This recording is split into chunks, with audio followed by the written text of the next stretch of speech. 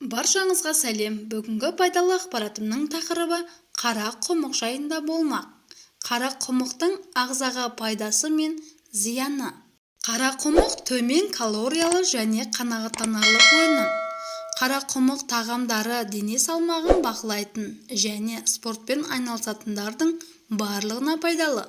Қара құмық адам рационында етті алмастыра алады, бірақ ол бұршақ дақылдарынан төмен.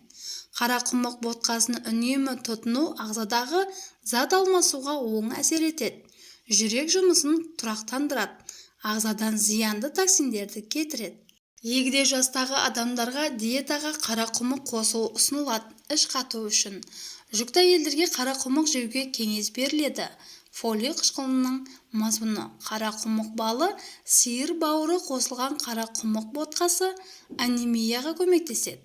Атеросклероз, гипертония, скарлатина, қызылша, атвар қолданылады. Ревматизм мен геморрой мен артрит пен қара құмық шөптерінің инфузиясы мен қайнатпалары көмектеседі. Қара құмық шөбі құрғақ жөтелге қарсы тиімді экспекторант болып табылады. Қара құмық шикізаты қан тамырларының ауруларын емдеу үшін қолданылады. Іріңді жараларды емдеу. Қара құмық ботқасы қант диабетімен ауыратын науқастарға жарамды. Кептірілген жапырақтардан алынған ұнтақ жөргектің бөртпелері үшін тоңазытқыш ұнтақ ретінде қызмет етеді. Қара құмықтың зияны бар ма? Қара құмық құрамында рутин бар, сондықтан қанның ұюы жоғарылаған адамдарға жарамайды. Қара құмықты сүтпен жеу жағымсыз, өйткені адам тағамды қорыту үшін ағзаға әртүрлі ферменттер қажет. Сүт пен қара құмықты бір мезгілде тұтыну диарея мен ас қорытуды тудыруы мүмкін. Осы шектеулерге қарамастан дәнді дақылдарды диетадан шығаруға болмайды. Ақылды тұтынған кезде ол дененің барлық мүшелері мен жүйелерінің жұмысына көмектеседі. Норма 150-200 грамм тәулігіне жарма. Қара құмықтың жаңа гүлдері, сабақтары мен жапырақтары улы. Оларды қолданар алдында кептіру керек. Өсімдіктің құрамындағы фагопириннің улы әсері бар. Бірақ плюсы жаңа піскен шөп сырттан қолданған кезде тамаша антисептикалық және гемостатикалық болып табылады. Қара құмық жайлы қызықты дерек. Құрамындағы баға жетпес амин қышқылдары тұрғысынан қара құмық ақуызы мал өнімдеріне жақын, сондықтан етпен тең деп саналады. Оған қоса қара құмық жеңіл қорытылады.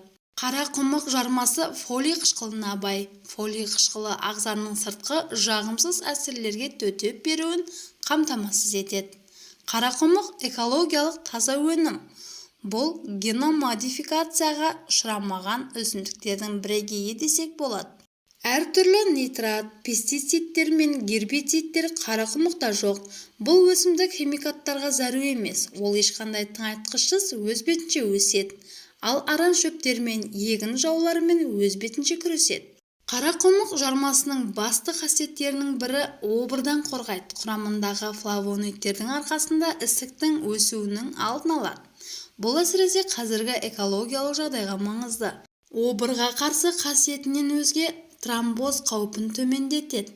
Қан тамырларын жағымсыз холестериннен тазартуға септігін тигізеді және жүрек қан тамырлары ауруларының алдын алады. Қара құмық қандағы қант деңгейін тұрақтандырады. Қара құмық ботқасын тұтынғаннан кейін қант деңгейі ақырын көтеріледі. Басқа көмір сулы азық-түліктерді тұтынғанда қант бірден көтеріледі. Достар, бүгінгі пайдалы ақпарат ұнаса, видеоға лайк басып, төменге өз пікіріңізді қалдырыңыз.